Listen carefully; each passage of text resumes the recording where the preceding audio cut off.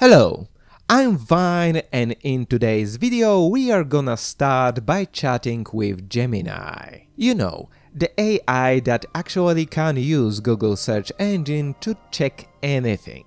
I've already prompted it to write in English, so...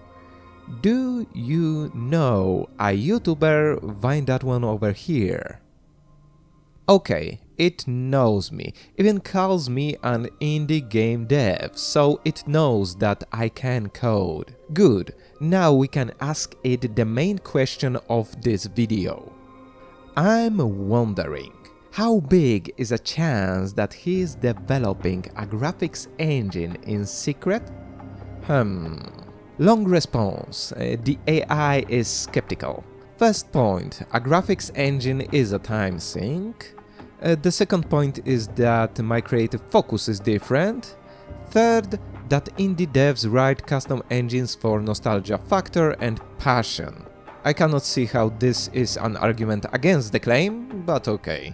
The actual verdict is less than 5%. So, my dear viewers, I think we rolled a natural 20 here, because I've made a graphics engine in secret. I'm not sorry for this egocentric intro. I've noticed that the fact that I have a professional dev experience somehow misses the wider algorithm. Despite that, I'm open about it and used my knowledge to criticize Paradox on a few occasions. Even teased the development of this engine in one of my update vids. So, let me say it one more time.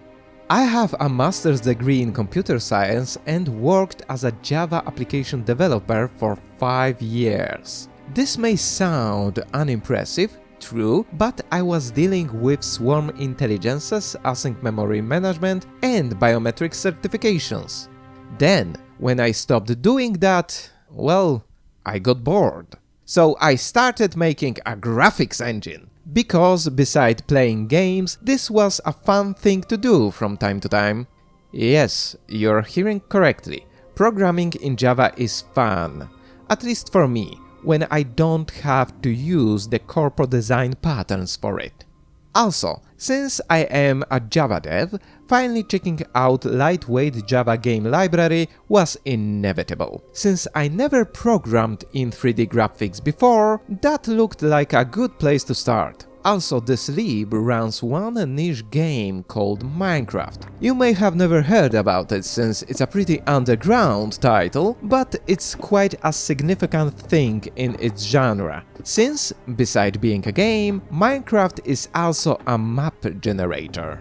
And this is the same as my goal. To create a graphics engine so I can generate an infinite world with an algorithm of my own design. Because screw the pelling noise, I wanna have fun and make my own thing, with blackjack and hookers.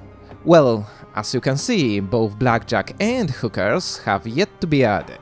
But I've already made my own engine that can generate a retro-style 3D terrain on my own deterministic pseudo-random algorithm. I call this project Przylaszczka. Chose the name specifically so you can correctly spell it in English, but at the same time get an aneurysm if you try to pronounce it. So, why I'm even showing you this? Partially to stroke my own ego, but the main reason is that I've got so far into the development that to push it further I need to make it into an actual product. But not like the gravity problems I made for you 2 years ago, as this time a more clout and commitment is needed. So I prepared a 3-step plan. First, show you an unfinished product and make a video series about it to get people interested. Second, release the engine on GitHub with full map generation functionality on Apache license. Third, develop Przylaszczka further and change it into a map editor to release it for free on Steam. And for now, this is it, because even if I can add a few exciting steps to it after the third one, I'm developing this engine after work hours and gaming hours, which is not a lot of hours, so I'm trying to keep my goals realistic, at least until the project starts rolling by itself. So, with this explained, let's talk about our new Przylaszczka video series. This will be a more technical-oriented project, as I'm gonna explain to you the algorithm and functions behind it. Though no coding knowledge will be needed to understand it, since this will be the same casual explanation like videos of Minecraft YouTubers on terrain generation.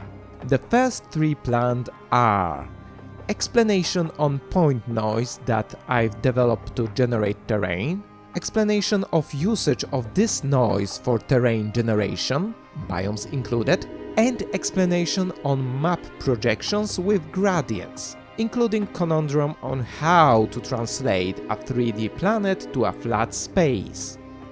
The whole series will be published in parallel to Overthinking with the same irregular tempo, so it will not affect the regular Stellaris and Might and Magic series, but will just show up between them from time to time.